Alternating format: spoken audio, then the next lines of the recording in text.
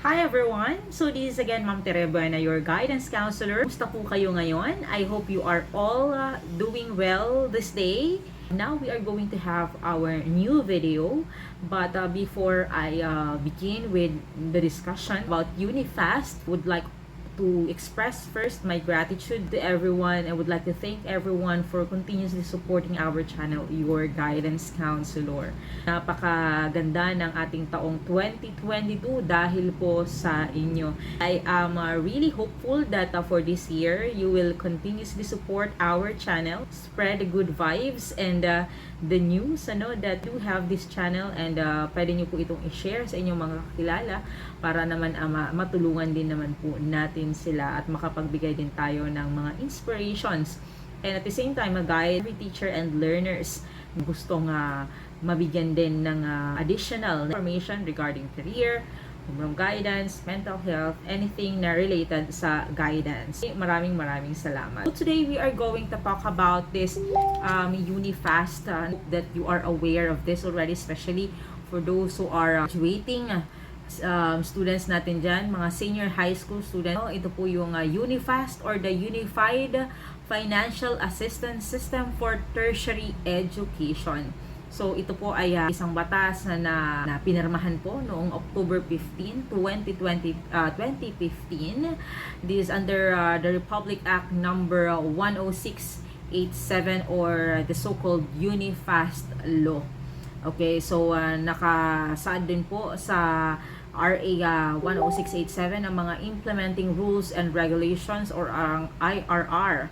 Na kung saan itong batas na ito ay idinisenyo para po sa proper implementation ng S2PAF, okay? Or para po mas maging efficient as maging successful and politically neutral, or hindi magkakaroon ng mga political labeling ang tertiary level. So napakaganda po ng UniFAST dahil ito po ay ang valuable source ng ating mga estudyante para po makakuha sila ng financial assistance to fund their education. Sa isang portal, makikita na natin doon, ma-access na natin ang iba't ibang uri ng mga student financial program. Dito sa UniFAST portal na ito, they can be able to find and apply for the right program for them. Whether you are looking for a scholarship program, mga scholarship grants or loans, or any other specialized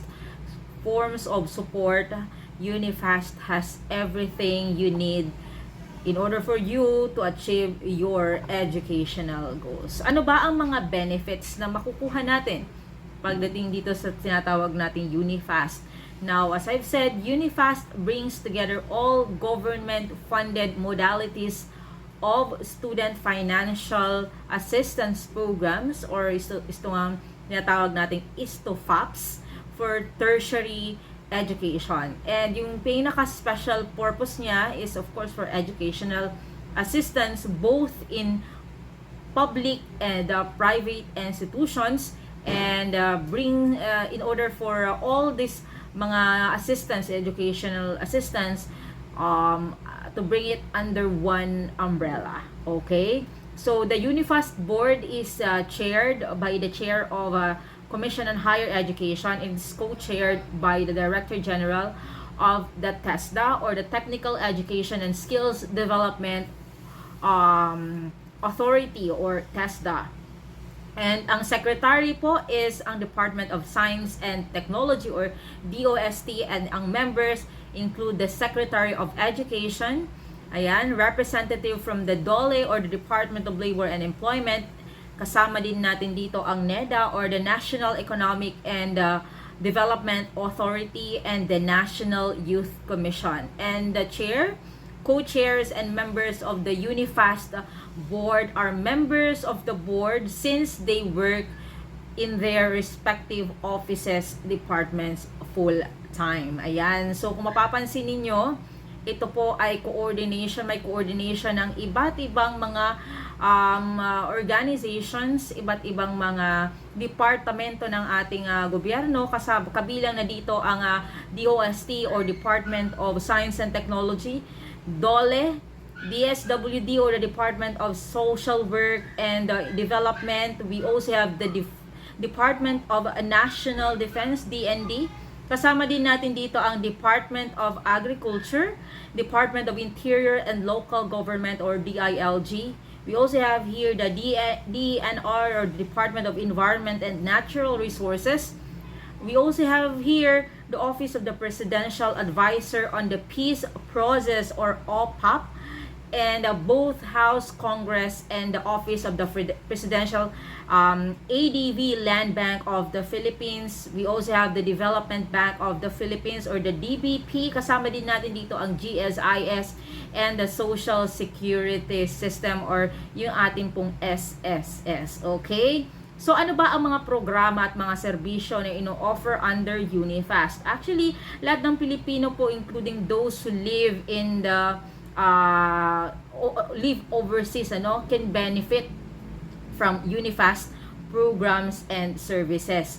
Because ito pong UniFAST na ito ay nag-specialize po sa pag-grant ng mga scholarships to deserving students and dependents of OFWs, So, mayroon po tayo dito mga listahan ng mga programs and services available to all our students, to Filipinos. So, meron po tayong free higher education. At sino po ang mga pwede or eligible na mag-participate dito sa free higher education program. Now, all Filipino undergraduates enrolled in SUCs, or mga TVET recognized local university or colleges, state universities and colleges, maaari silang makareceive ng free tuition, miscellaneous and other school fees beginning in the academic year, subject to the following. They have to pass and meet the institution's admission and retention rules, at kailangan din hindi pa sila nag-aral before ng college, though previous college education, and they are not staying too long in college, okay?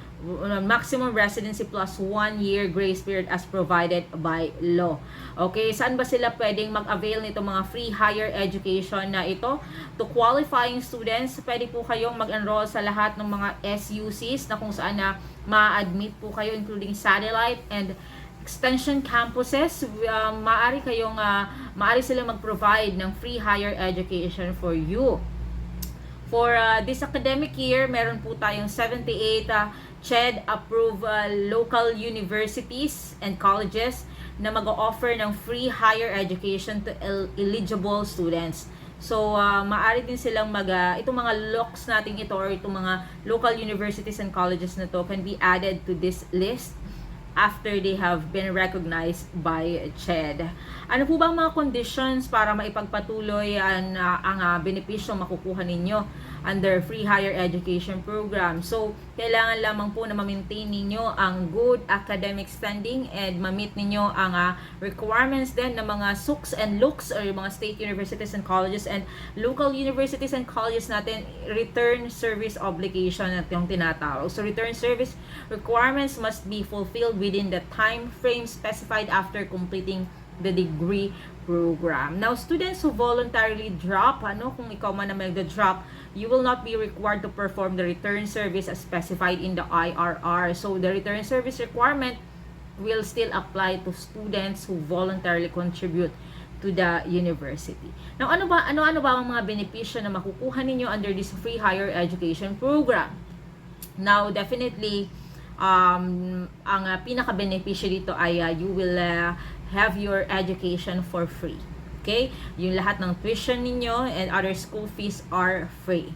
Now, para naman sa technical and vocational education and training, sino ba ang qualified na mag-enroll sa mga free Tech-Voc education and training program? So, definitely lahat ng Filipino learners na naka-enroll sa mga national certificate or any other public technical vocational institution, na registered with the Technical Education and Skills Development Authority, or TESDA. So you will be eligible for free TVET, and you will be provided with corresponding living allowances subject to certain TESDA conditions. So definitely yung mga NC 3, 4, and 5 ninyo, na mga courses will be free once TESDA implements package diploma or longer term programs. So ano ba ang mga benefits na makukuha ninyo under free TVET? Ano, apart sa libreng tuition fee and mga school fees, you will also be provided with allowances para matulungan kayo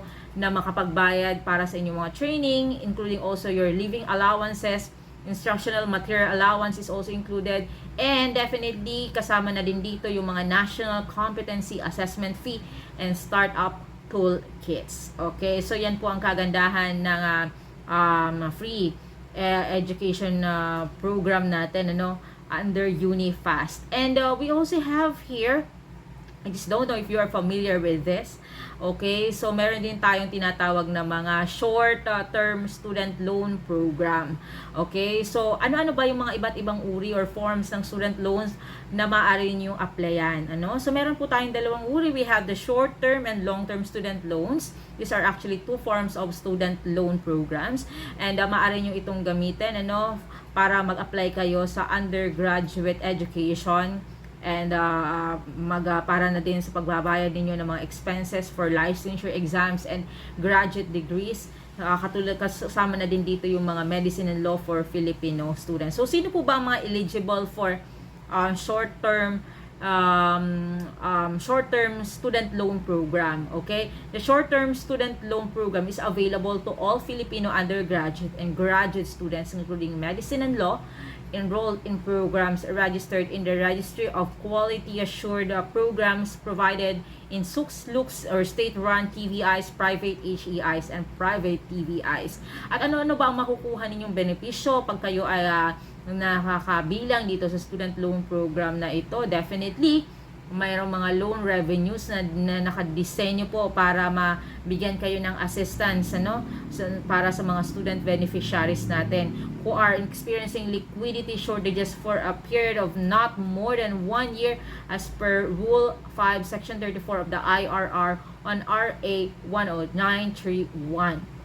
The institutions must be paid directly for services supplied by HEIs and TVEs, and the remaining loan proceeds will be paid to the student borrower in regular installments. Okay, and meron din tayong tinatawag ditong tabang OFW. Ito naman ay para sa mga dependents ng ating mga OFWs na nasa kolehiyo or para makapag-aral pa rin ng kanilang mga mahal sa buhay. So definitely the eligible recipient will receive 30,000 pesos in cash.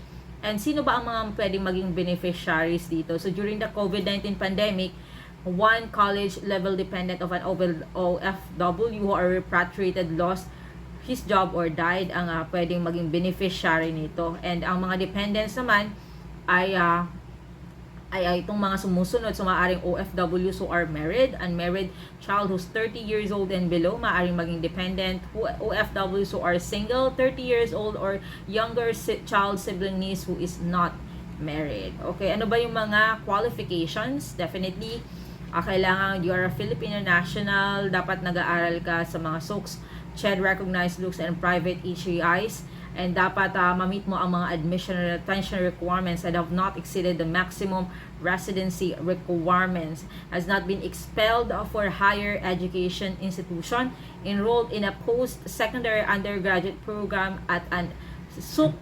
CHED, recognized LUC or private HEI on the CHED registry.